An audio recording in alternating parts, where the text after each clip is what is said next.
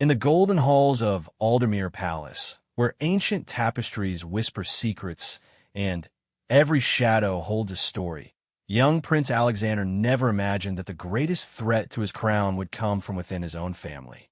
When Queen Isabel's eldest son from her previous marriage returns after 20 years of exile, carrying documents that could shatter the very foundation of the monarchy, the palace becomes a battlefield where loyalty is currency and betrayal wears a crown. What happens when the person meant to protect the throne becomes the one who seeks to destroy it? In a world where blood doesn't always guarantee loyalty, and where a single signature could change the course of history, prepare yourself for a tale of power, deception, and the dangerous game of royal succession that will keep you on the edge of your seat until the very last revelation. The morning mist clung to the ancient stones of Aldermere Palace like a shroud, and 12-year-old Prince Alexander felt an unusual chill run down his spine as he walked through the royal gardens. Something was different today, though he couldn't quite place what it was. The servants moved with hurried steps, their usual cheerful greetings replaced by nervous nods, and even the palace guard seemed more alert than usual. Alexander had been crowned prince since birth, the only legitimate heir to King Edmund and Queen Isabel's throne. His life had been carefully orchestrated from the moment he took his first breath: private tutors, diplomatic lessons, sword training, and endless protocols that sometimes made him feel more like a piece in a chess game than a young boy. But today, as he made his way toward his morning studies, he couldn't shake the feeling that the very foundations of his carefully ordered world were about to shift. The first sign of trouble came during breakfast in the royal dining hall. King Edmund sat at the head of the massive oak table, his usually composed face etched with worry lines that seemed deeper than they had been just yesterday. Queen Isabel, normally the picture of royal grace, kept glancing toward the tall windows that overlooked the main courtyard, her fingers drumming nervously against her porcelain teacup. "Father," Alexander ventured, setting down his silver fork, "is everything all right? The whole palace seems on edge." King Edmund exchanged a meaningful look with his wife before turning to his son. "Alexander, there's something we need to discuss. Something about our family that you're old enough to understand now." The young prince felt his stomach tighten. In his 12 years, he had never seen his parents look so troubled. "What is it?" Queen Isabel cleared her throat delicately.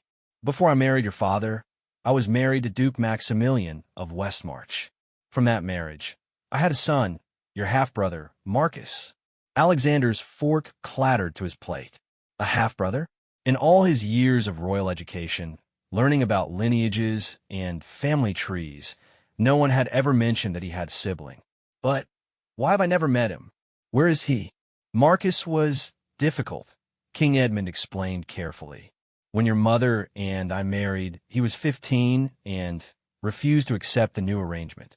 He made several attempts to undermine our union and questioned the legitimacy of our marriage. Eventually, for the good of the kingdom, we had to send him away." "Send him away where?" Alexander pressed, his young mind racing with questions. "He's been living in the Northern Territories for the past 20 years, Queen Isabel said softly. "We provided him with a modest estate and a comfortable living, but we made it clear that he was never to return to the capital or make any claims on the throne." Alexander tried to process this information. A brother he had never known, exiled before he was even born.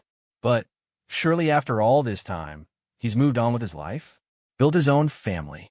King Edmund's expression grew even more grave. "That's what we thought.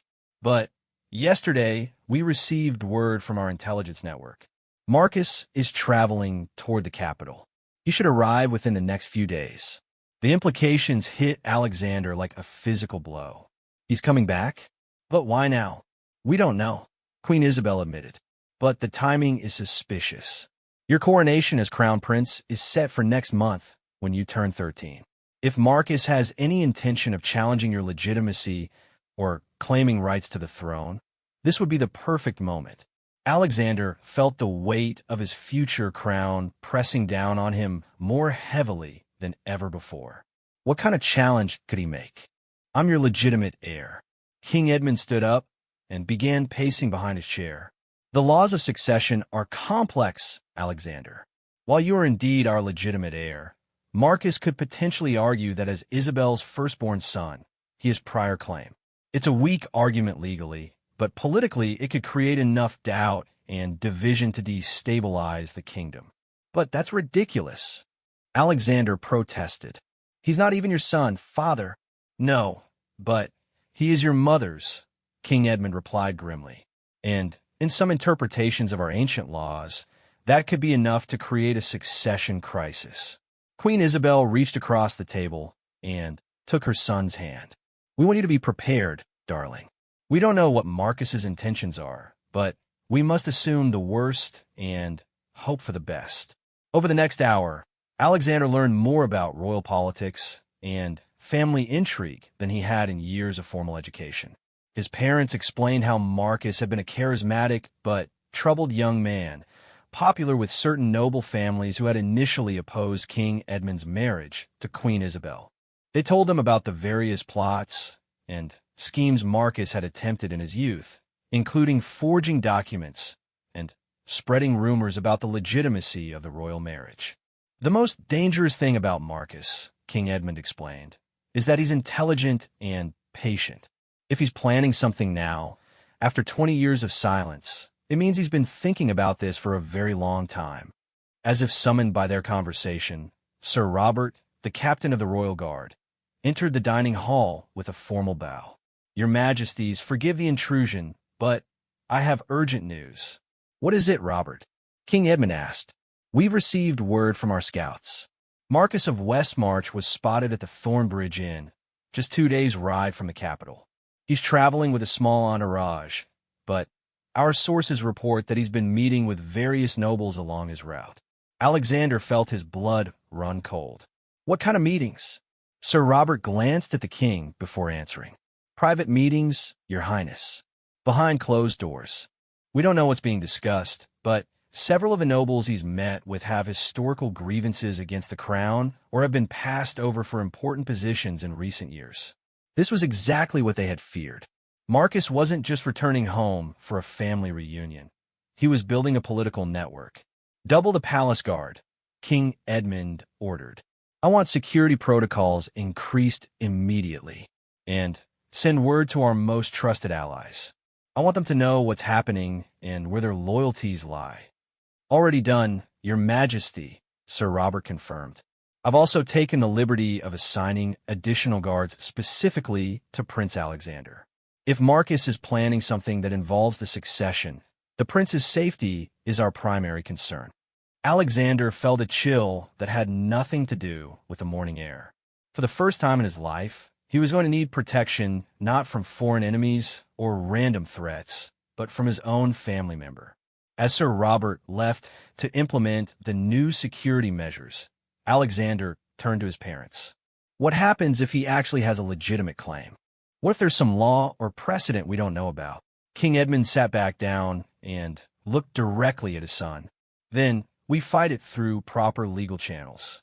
But, Alexander, you must understand something very important. The throne isn't just about bloodlines or legal technicalities. It's about the good of the kingdom. The nobles and the people need to believe in their ruler. They need to trust that their king will put their welfare above his own interests. Marcus abandoned that responsibility 20 years ago when he chose exile over service. Queen Isabel added, You've been trained your entire life to be a good king. You understand duty, sacrifice, and the weight of responsibility. That's what truly makes you the rightful heir. But even as his parents spoke these reassuring words, Alexander could see the worry in their eyes. Legal rights and moral authority didn't always align in the complex world of royal politics, and they all knew that Marcus's return could unleash forces that would be difficult to control. The rest of the day passed in a blur of emergency meetings and hushed conversations. Alexander found himself escorted everywhere by guards, his usual freedom to roam the palace grounds suddenly restricted. His tutors were informed of the situation, and his studies were modified to include more intensive lessons on royal law and the history of succession disputes. That evening, As Alexander lay in his bed staring at the ornate ceiling of his chamber, he tried to imagine what his half-brother might be like. Was Marcus angry and bitter after 20 years of exile? Was he genuinely convinced that he had a right to the throne, or was this simply about revenge? Most troubling of all, what if Marcus actually had discovered some legitimate legal claim that could overturn everything Alexander had been raised to believe about his destiny? The young prince had always known that being heir to the throne came with enormous responsibility, but he had never imagined that his greatest challenge might come from within his own family. As sleep finally claimed him, Alexander's last conscious thought was a prayer that whatever storm was approaching, he would be strong enough to weather it and emerge still worthy of the crown that had been his birthright since the moment he was born. Tomorrow would bring new challenges, and Marcus of Westmarch was getting closer to the capital with each passing hour. Dawn broke over Aldermere Palace with an ominous red sky, and Alexander woke to the sound of increased activity in the corridors outside his chamber. Even before his personal valet knocked on the door, the young prince knew that Marcus had arrived. "Your Highness," Thomas, his valet, said as he entered with Alexander's mourning clothes, "Their Majesties request your immediate presence in the throne room." The situation has developed. Alexander dressed quickly, his mind racing with possibilities. As he made his way through the palace corridors, now lined with twice the usual number of guards, he could feel the tension crackling in the air like electricity before a storm. Servants moved with purpose but avoided eye contact, and even the ancient portraits hanging on the walls seemed to watch him with knowing expressions. The throne room doors, massive oak panels carved with the royal coat of arms, stood open but heavily guarded. As Alexander approached, he could hear voices from within, his father's measured tones, his mother's sharper responses, and a third voice he didn't recognize, but that made his skin crawl with its smooth confidence. "Ah, and here is the young prince himself," the unfamiliar voice said as Alexander entered the vast hall. "My dear brother." Alexander's first glimpse of Marcus of Westmarch was nothing like what he had imagined. Where he had expected to see a bitter, weathered man marked by years of exile, he instead saw someone who looked remarkably like an older version of himself.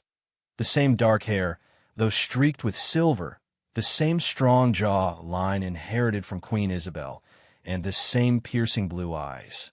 But where Alexander's gaze held youth and uncertainty, Marcus's eyes contained something cold and calculating. Marcus stood before the twin thrones with perfect posture, dressed in fine clothes that spoke of wealth and status. He was not the broken exile Alexander had pictured, but rather a man who looked entirely comfortable in the seat of power. Beside him stood two other men. One appeared to be a secretary or advisor, constantly scribbling notes, while the other had the bearing of a bodyguard despite his formal dress. "Alexander," King Edmund said, his voice carefully controlled, "come and meet your half-brother, Marcus." The young prince approached cautiously, very aware of the guard positioned around the room, and the way Sir Robert's hand rested casually, but meaningfully on his sword hilt. Marcus stepped forward with a warm smile that didn't quite reach his eyes. "Prince Alexander, how wonderful to finally meet you. You've grown into a fine young man, the very image of our mother when she was your age." There was something unsettling about the way Marcus said, "our mother," as if he were establishing a claim not just to Queen Isabel's affection, but to everything that came with it. Alexander nodded politely, but said nothing, remembering his diplomatic training about not giving away information unnecessarily. "Marcus has just been explaining the purpose of his visit," Queen Isabel said, her voice tight with barely controlled emotion. "Perhaps you'd like to share your intentions with Alexander directly." Marcus's smile widened. "Of course, Alexander, I've returned because I believe there has been a grave injustice that needs to be corrected. For 20 years, I've lived quietly in the north, respecting the wishes of your parents and staying away from court. But recently, I've discovered some information that changes everything." He gestured to his secretary, who stepped forward with a leather portfolio. "During my time away, I've had the opportunity to study our family's history extensively. I've researched laws, precedents, and documents that I believe had never been properly examined when the question of succession was originally decided. Alexander felt his stomach drop. What kind of documents? Marriage contracts, primarily. Marcus replied smoothly. You see, when your mother married King Edmund, certain agreements were made about the treatment of her existing children. I was 15 at the time, and not consulted about these arrangements, which, according to several legal precedents, makes them invalid in terms of my rights. King Edmund leaned forward on his throne. Marcus, we've been through this. You were provided for generously, and you chose exile rather than accepting your place in the new family structure. Chose exil. Marcus laughed, but there was no humor in it. Father, may I call you that? I was given an ultimatum. Accept a life of irrelevance or face charges of sedition. That's hardly a choice. Alexander watched this exchange with growing alarm. Marcus spoke with the confidence of someone who believed he held winning cards, and the documentation he had brought suggested this wasn't just an emotional outburst, but a carefully planned legal challenge. What exactly are you proposing? Queen Isabel asked, her voice dangerously quiet. Marcus turned to address all three of them, but Alexander noticed that his gaze lingered longest on him. I'm proposing that we correct the historical injustice. I'm not an unreasonable man. I don't seek to overthrow anyone or cause unnecessary disruption. But I believe that as Queen Isabel's eldest son, I should be acknowledged as having certain rights in the succession. You want to be heir to the throne, Alexander said, his voice steadier than he felt. I want to be recognized as the rightful heir, Marcus corrected gently. There's a difference. You're still very young, Alexander. Perhaps what's best for everyone is a regency arrangement where I serve as your guardian and regent until you come of age, ensuring that you receive proper guidance while acknowledging the natural order of succession. The audacity of the proposal left Alexander speechless. Marcus was essentially suggesting that he take over the kingdom while allowing Alexander to remain as a figurehead future king. King Edmund stood up abruptly. That is absolutely out of the question. Alexander is my legitimate heir, trained from birth for his responsibilities and recognized by every noble house in the kingdom. But that's where you might be wrong, Marcus said, signaling again to his secretary. I've spent considerable time renewing old friendships during my journey here. You might be surprised how many noble families have concerns about the current succession arrangements. More documents emerged from the portfolio, letters bearing various noble seals. Alexander couldn't read them from his position, but he could see his parents' faces growing increasingly grim as Sir Robert examined them over the king's shoulder. Lord Ashford, the Duke of Ravenshollow, Earl Blackwood, Marcus listed casually, all expressing support for a thorough review of succession laws, all agreeing that perhaps it's time to examine whether the current arrangements truly serve the kingdom's best interests. Alexander felt the world shifting beneath his feet. These weren't minor nobles. These were some of the most powerful families in the kingdom, families whose support was crucial for political stability. What do you want? King Edmund asked bluntly. Marcus spread his hands in a gesture of reasonableness. A formal review by the High Council, an examination of the legal precedents and documents I've uncovered, a fair hearing where all the facts can be presented and the nobles can make an informed decision about what's truly best for Aldermere. And if this review doesn't go the way you hope, Queen Isabel challenged, then I'll accept the decision gracefully and return to my life in the north, Marcus replied. But I think we all know that won't be necessary. The law is quite clear once you examine it properly. Sir Robert stepped closer to the thrones. Your Majesty, might I suggest we continue this discussion in a more private setting? There are security considerations we should address. But Marcus shook his head. Actually, I think we're done here for today. I wouldn't want to overwhelm young Alexander with too much political complexity all at once. I've taken rooms at the Gilded Swan in the city. I'll give you time to consider my proposal and examine the documents I've provided. He turned to Alexander with that same unsettling smile. I hope we'll have a chance to get to know each other properly, brother. Despite our circumstances, we are family, and I'd like to understand the young man who might one day serve under my regency.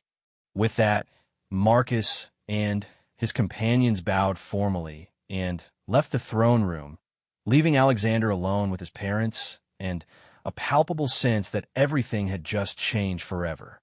As soon as the doors closed, King Edmund exploded into motion, pacing and gesturing as he spoke rapidly to Sir Robert about security measures and political damage control. Queen Isabel sat heavily on her throne, looking older than Alexander had ever seen her. "Mother," Alexander said quietly, approaching her throne, "how strong is his legal case, really?" She looked up at him with eyes filled with a mixture of love and terror. "I don't know, sweetheart. I honestly don't know. But I'm afraid we're about to find out." The battle for the throne of Aldermere had officially begun, and Alexander realized that everything he had been trained for his entire life might not be enough to save his birthright from a half-brother who had spent 20 years planning this moment. The High Council chambers had never felt more imposing than they did on the morning of the formal review. Alexander sat in the designated chair for the Crown Prince, trying to project confidence while his stomach churned with nervous energy.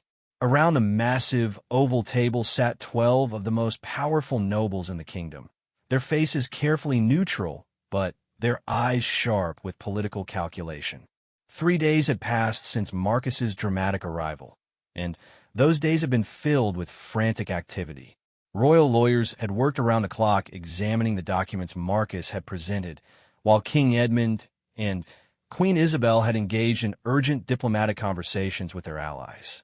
Alexander had been tutored intensively on legal precedents and succession law, his young mind struggling to absorb information that would have challenged experienced political scholars. Lord Chancellor Aldrich, the highest-ranking noble and Speaker for the High Council, called the session to order with 3 strikes of his ceremonial staff. "We are gathered today to hear a formal challenge to the established succession of the Kingdom of Aldermere, presented by Marcus of Westmarch." Marcus entered the chambers with the same confident bearing he had displayed in the throne room, but today he was accompanied by a different figure, an elderly man in scholarly robes whom Alexander recognized as Master Cornelius, one of the kingdom's most respected legal experts. The fact that Marcus had secured Cornelius's support sent whispers around the table and made Alexander's heart sink. "Your Grace," Marcus addressed Lord Chancellor Aldrich, "I thank the High Council for agreeing to hear my petition.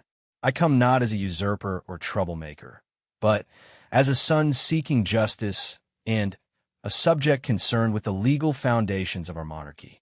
He gestured to Master Cornelius, who stepped forward with a collection of ancient books and scrolls. "Master Cornelius will present the legal basis for my claim, as I believe the evidence speaks more clearly than any emotional appeal I might make." The elderly scholar cleared his throat and began to speak in a voice that, despite his age, carried clearly through the chamber. "Honorable members of the High Council, the law of succession in Aldermere is more complex than many realize. While we often speak of clear lines of inheritance, the reality is that our legal system contains multiple layers of precedent and statute that must be considered together." Alexander watched as Master Cornelius opened one of the ancient books. The fundamental principle, established in the reign of King Alfred the Great 3 centuries ago, states that succession should follow blood descent through the monarch's spouse. Note that it says through the spouse, not from the monarch. A murmur ran around the table. Alexander had never heard this particular nuance explained in his studies. Furthermore, Master Cornelius continued, the marriage accords of 1847, signed when Queen Isabel married King Edmund, contained specific provisions about the treatment of her existing issue. These accords were witnessed by members of this very High Council, including Lord Ashford's grandfather. Lord Ashford, a stern man with graying hair, nodded slowly. "I have reviewed my family's records. The accords did indeed specify that Queen Isabel's son from her first marriage would retain certain rights and privileges. Alexander felt his world beginning to crumble. His own allies were confirming the validity of Marcus's claims. Master Cornelius pulled out another document. Most critically, the accords state that any decisions regarding succession that affect Queen Isabel's existing children must be made with their explicit consent upon reaching the age of majority. Marcus was 15 when these decisions were made, below the age of legal majority. Therefore, the arrangements made at that time regarding his place in succession may be legally invalid. King Edmund stood up from his position at the side of the chamber. Master Cornelius, with respect, Marcus was given every opportunity to participate in the family structure. He chose rebellion and exile instead. Your Majesty, Marcus replied smoothly, I was given an ultimatum, not a choice. Accept irrelevance or face charges. No legitimate legal process examined my rights or gave me proper representation. Duke Ravenshollow, another of the kingdom's most powerful nobles, leaned forward. What exactly are you seeking, Marcus? Do you claim the throne outright? Marcus shook his head. No, Your Grace. I recognize that Prince Alexander has been raised as heir and has the support of many. What I seek is acknowledgement of my rightful place as eldest son of Queen Isabel and recognition of my right to serve as regent until Prince Alexander reaches his majority. Alexander couldn't stay silent any longer. I'm only months away from my 13th birthday. In most matters, I'm already considered competent to make my own decisions. In most matters, yes, Master Cornelius acknowledged. But succession law recognizes a higher standard. The age of royal majority for succession purposes is 18, not 13. Until then, a regent is traditionally appointed to guide the heir's development. Earl Blackwood, who had been silent until now, spoke up. The question before us isn't just about legal technicalities. It's about what serves the kingdom best.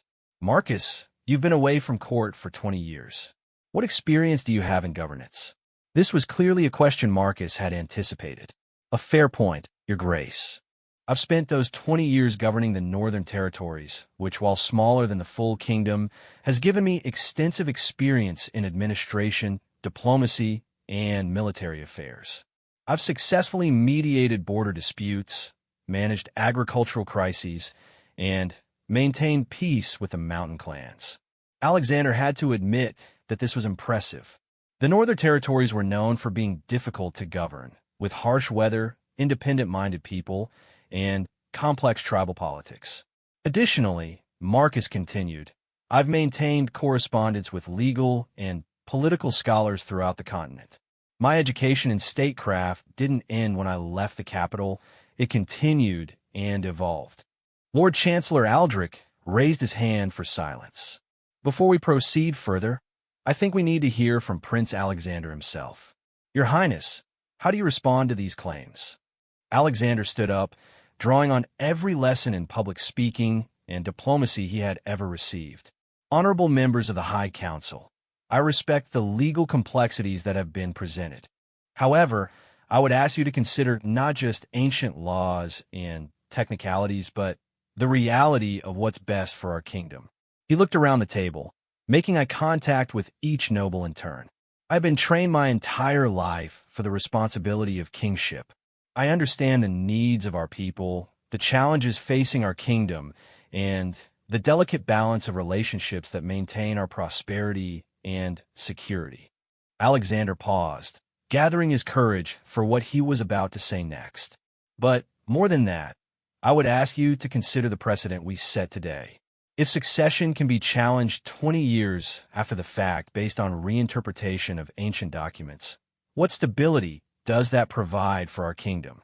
What confidence can our allies and enemies have in our continuity of government? Several nobles nodded thoughtfully at this point, and Alexander felt a spark of hope. Marcus speaks of justice and legal rights, Alexander continued, but I would speak of responsibility and service. The throne isn't a prize to be claimed or a right to be exercised. It's a burden to be carried and a trust to be honored. I have accepted that burden willingly, and I've prepared my entire life to be worthy of that trust. Marcus's expression remained pleasant, but Alexander caught a flash of something darker in his eyes. "Well spoken, brother. But preparation and worthiness don't supersede law and legitimacy. A kingdom without legal foundations is merely a tyranny maintained by force." The debate continued for hours, with various nobles asking questions about specific legal precedents, the interpretation of ancient documents, and the practical implications of different succession arrangements. Alexander found himself increasingly impressed by Marcus's knowledge and preparation, but also increasingly disturbed by the methodical way his half-brother dismantled every argument in his favor. As the day wore on, it became clear that the High Council was genuinely divided. Some nobles seemed convinced by Marcus's legal arguments, while others were troubled by the implications of overturning 20 years of established succession. Still others appeared to be weighing political calculations that had nothing to do with legal merit. Lord Chancellor Aldrich finally called for a recess. "The High Council will deliberate privately and announce our decision tomorrow at noon. Both Prince Alexander and Marquis of Westmarch should prepare for the possibility that additional evidence or testimony may be required." As the nobles filed out in small groups, engaged in intense whispered conversations, Alexander remained in his chair, feeling overwhelmed and uncertain. Everything he had believed about his destiny was now in question, and tomorrow would determine whether he would continue as crown prince or become a figurehead under his half-brother's regency. Marcus approached him as the chamber emptied. "Alexander, regardless of the council's decision, I want you to know that I bear you no personal ill will. You're an impressive young man, and I believe we could work well together."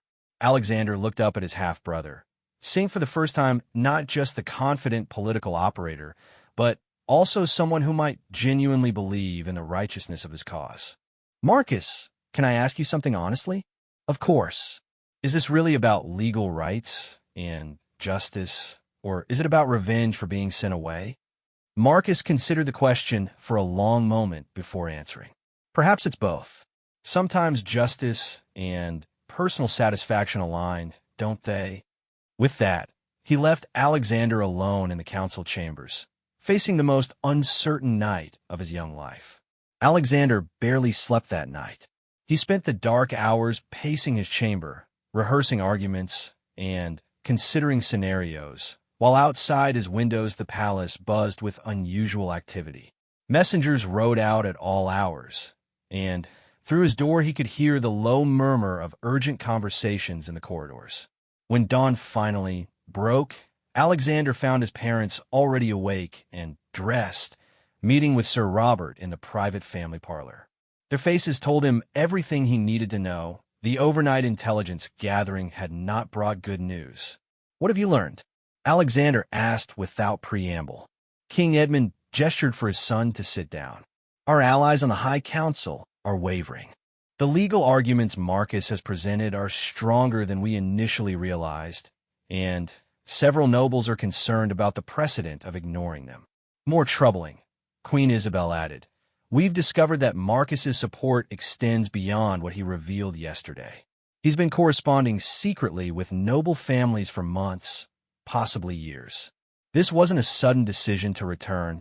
It was a carefully orchestrated campaign." Sir Robert leaned forward.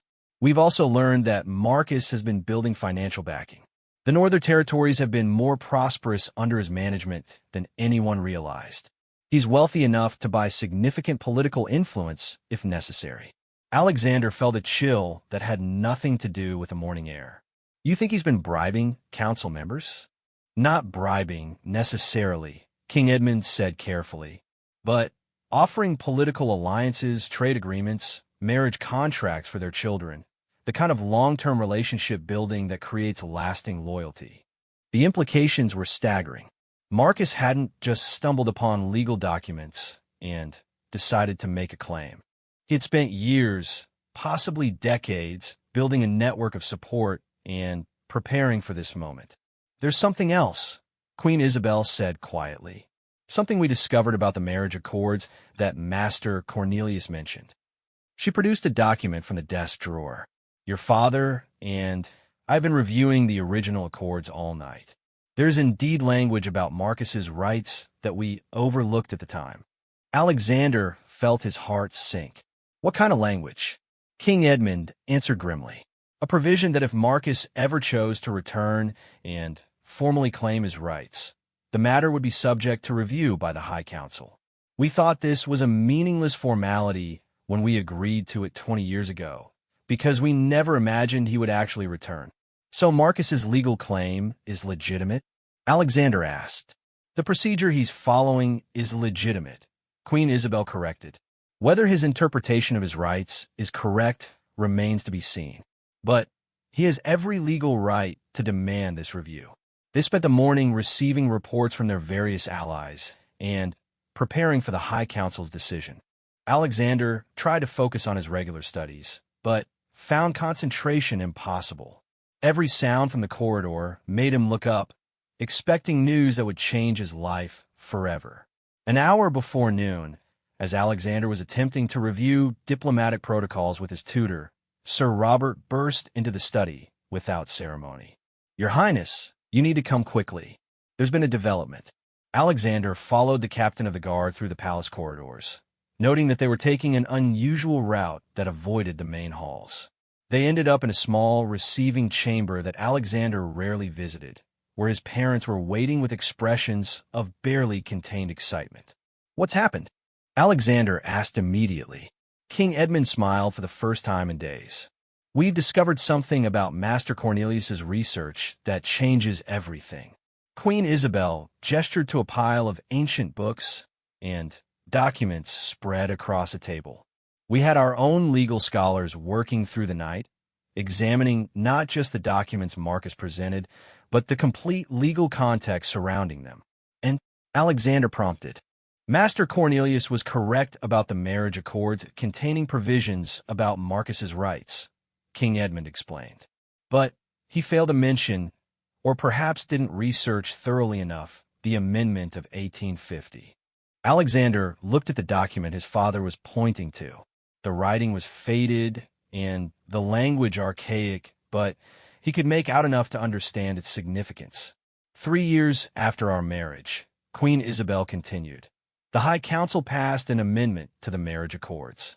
Marcus had been involved in several incidents that raised questions about his fitness for any role in succession. The amendment specifically stated that any rights he might have were contingent on his maintaining good standing with the crown and demonstrating loyalty to the kingdom. Alexander felt a spark of hope, and his exile and 20 years of absence don't constitute maintaining good standing. Exactly, Sir Robert confirmed. Moreover, we found records of the specific incidents that prompted the amendment. Marcus wasn't just a rebellious teenager. He was involved in plots against your parents' marriage, attempts to steal official documents, and at least one conspiracy to spread false information about the legitimacy of the royal union. This was more serious than anything his parents had revealed before. He was committing treason, at a minimum, sedition, King Edmund replied. The amendment of 1850 was the High Council's way of saying that Marcus had forfeited any succession rights through his own actions, while still allowing him to leave with dignity rather than facing criminal charges. Alexander studied the documents, trying to understand their full implications. But why didn't Master Cornelius know about this amendment? Because, Queen Isabel said with satisfaction, the amendment was passed in emergency session and recorded in a different archive than the original accords. Master Cornelius is a brilliant legal scholar, but he focused on the specific documents Marcus provided rather than conducting a complete historical review. Sir Robert checked his timepiece. We need to get to the High Council chambers. Lord Chancellor Aldrich will be announcing their preliminary decisions soon, and we need to present this new evidence before any formal vote is taken. As they made their way toward the council chambers, Alexander felt a mixture of relief and anticipation. The amendment seemed to clearly invalidate Marcus's claims, but he had learned enough about politics in the past few days to know that legal clarity didn't always translate to political victory. The High Council chambers were packed when they arrived.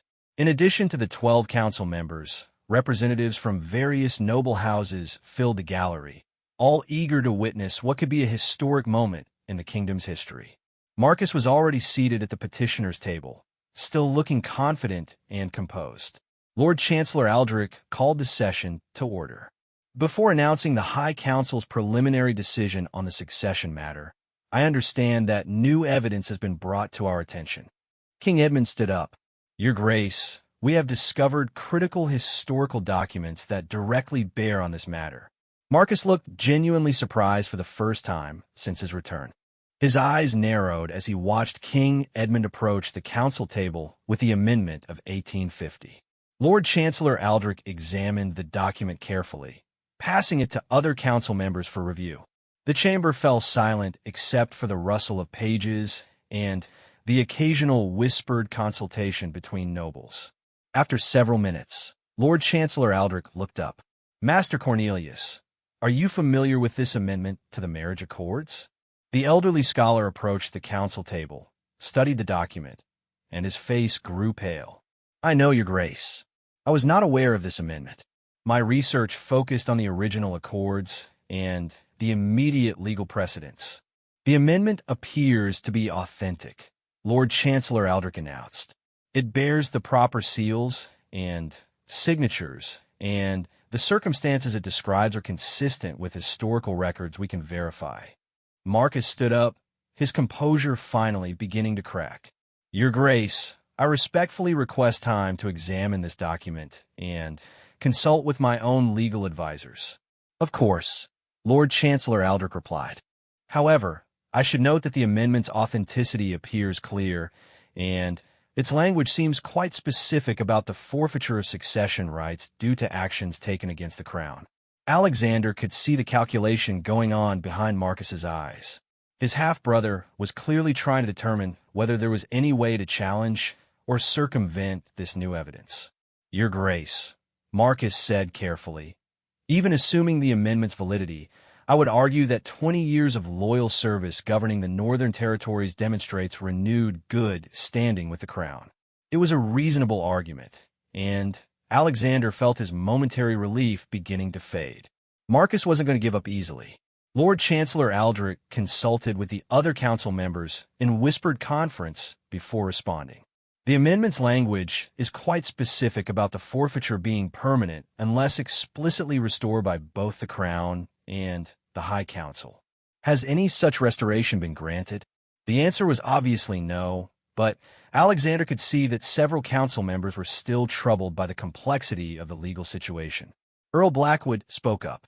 Perhaps the fairest resolution would be to declare Marcus's rights forfeited under the amendment, but to acknowledge his subsequent service by offering him a formal role in Prince Alexander's future government.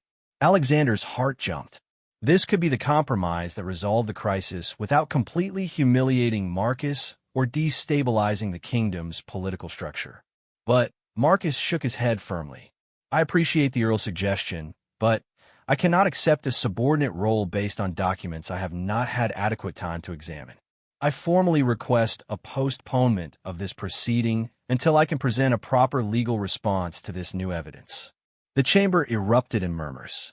A postponement would extend the succession crisis and continue the political uncertainty that was already beginning to affect the kingdom's stability. Lord Chancellor Aldrich raised his staff for silence. The High Council will recess to consider this request. We will reconvene in 2 hours with our decision on how to proceed. As the nobles filed out for the recess, Alexander realized that despite finding the amendment, the battle was far from over. Marcus still had cards to play, and 2 hours might be enough time for him to find a way to challenge even this seemingly definitive evidence. The afternoon would bring either resolution or an escalation that could tear the kingdom apart. The 2-hour recess stretched like an eternity, but it gave both sides time to prepare for what everyone sensed would be the final confrontation. Alexander spent the time in the palace library with the royal legal advisors, poring over every document related to succession law and trying to anticipate whatever argument Marcus might be preparing. When they reconvened in the High Council chambers, the atmosphere was electric with tension. Marcus had acquired 2 additional legal scholars during the recess, and they flanked him at the petitioner's table with stacks of books and documents. His confidence had returned, which worried Alexander more than he cared to admit. Lord Chancellor Aldrich called this session to order. Marcus of Westmarch, you requested time to respond to the amendment of 1850. The High Council is prepared to hear your response. Marcus stood up, and Alexander noticed that his half-brother's demeanor had shifted. Where before he had been smooth and diplomatic, now there was something harder in his expression, more desperate. Your Grace, Marcus began, I have indeed examined the amendment of 1850, and I have several serious concerns about its validity and application. He gestured to one of his new legal advisors, who stepped forward with an ancient tome. First, the circumstances under which the amendment was passed violate proper legal procedure. It was enacted during what the records call an emergency session, but the nature of the emergency is not specified, and several High Council members were not present for the vote. Alexander felt his stomach drop. This was the kind of technical legal challenge that could overturn even seemingly clear evidence. Furthermore, Marcus continued, the amendment was passed without giving me the opportunity to defend myself against the accusations of disloyalty. I was 15 years old and had no legal representation. By any modern standard of justice, this would be considered a violation of due process. Lord Ashford leaned forward. Marcus, are you arguing that the amendment is invalid? I'm arguing that it cannot be fairly applied without a proper hearing on the original charges, Marcus replied.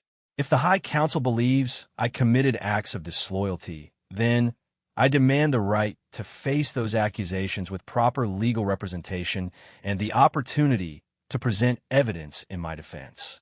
The chamber buzzed with whispered conversations. Marcus had effectively turned the succession review into a trial of his own past actions, which could take weeks or months to resolve properly. Master Cornelius, who had been notably quiet since the amendment was revealed, stepped forward. Your Grace, if I may, there is another legal precedent we should consider. The doctrine of temporal limitation states that legal challenges to establish succession must be brought within a reasonable time of the precipitating events. 20 years hardly seems reasonable. But Marcus's second legal advisor was ready for this challenge. The doctrine of temporal limitation includes an exception for circumstances where the challenger was prevented from bringing the case earlier due to exile or other impediments imposed by the Crown. Marcus was effectively barred from challenging the amendment because he was not permitted at court. Alexander watched this legal tennis match with growing despair. Every argument seemed to have a counter-argument. Every precedent had an exception, and Marcus had clearly spent his years of exile becoming expert in the legal intricacies of succession law. King Edmund requested permission to address the council. Your Grace, while we could spend months litigating legal technicalities, I would ask the High Council to consider the practical implications of this dispute. The kingdom needs stable leadership, not endless legal debates. I agree completely, Marcus said quickly, which is why I propose a solution that serves everyone's interests. Alexander tensed, sensing that his half-brother was about to reveal whatever trump card he had been holding in reserve. I formally withdraw my claim to immediate succession rights, Marcus announced, causing a collective intake of breath throughout the chamber. However, I propose that the High Council acknowledge the legitimate questions that have been raised and implement a compromise that ensures both legal validity and political stability. He paused dramatically before continuing. I propose a formel surrogacy. Prince Alexander would retain his position as heir, but I would serve as his co-regent and senior advisor until he reaches his 18th birthday. This arrangement would acknowledge my rights as Queen Isabel's elder son while ensuring that Alexander receives proper guidance during his minority. The proposal was brilliant in its political calculation. It gave Marcus most of what he wanted while appearing to make a reasonable compromise that preserved Alexander's ultimate inheritance. Lord Chancellor Aldrich looked around the table at his fellow council members. This proposal requires careful consideration. A co-regency is not unprecedented in our history, but It would be a significant departure from current arrangements. Alexander knew he had to speak, even though his mind was racing with the implications of Marcus's proposal. Your Grace, I must respectfully object to this arrangement. A co-regency would create divided authority and confusion about the kingdom's leadership. Moreover, it would establish a dangerous precedent for future succession disputes. He stood up, drawing on every lesson in rhetoric and persuasion he had ever received. Members of the High Council, I ask you to consider not just legal technicalities or political compromises, but the fundamental question of what serves our kingdom best. For 20 years, the succession has been clear and stable. Our allies know who will lead this kingdom. Our enemies understand our continuity of government, and our people have confidence in their future. Alexander looked directly at Marcus before continuing. My half-brother speaks of rights and justice, but what about responsibility? When the Northern Territories faced the plague outbreak 3 years ago, who organized the relief effort? When border raiders threatened our southern provinces last year, who coordinated the military response? I have been actively involved in governing this kingdom, not as a theoretical future king, but as a working partner with my father. Several council members nodded at this point, and Alexander felt encouraged to continue. A co-regency would not provide clarity. It would create confusion. It would not strengthen our government. It would divide it. And it would not serve justice. It would reward someone who chose exile over service with authority over someone who has proven his dedication to the kingdom. Marcus's expression darkened, and for the first time, Alexander saw genuine anger in his half-brother's eyes. Prince Alexander speaks of service and dedication, but what he really means is that he fears sharing power. A true king should welcome wise counsel, not reject it out of pride. I welcome wise counsel. Alexander shot back, his own anger finally emerging. But I reject the idea that wisdom comes automatically with age, or that someone who abandoned his responsibilities for 20 years has a right to control those who remained faithful to theirs. The chamber had gone completely silent, and Alexander realized that this confrontation had moved beyond legal arguments into something more personal and fundamental. Queen Isabel requested permission to speak. Your Grace, as the mother of both these young men, I must say something that may be difficult to hear. She stood up and looked first at Alexander, then at Marcus. 20 years ago, I made the hardest decision of my life. I chose to support my husband's judgment that Marcus's continued presence at court was dangerous to the stability of our kingdom. I hoped that time and distance would allow him to mature and perhaps someday return as a positive force. Her voice grew stronger as she continued. I see now that those 20 years were spent not in reflection and growth, but in planning this moment. Marcus, you speak of rights and justice, but I ask you, what about love? What about family? You claim to be concerned about Alexander's welfare, but you're asking him to surrender the destiny he has prepared for his entire life.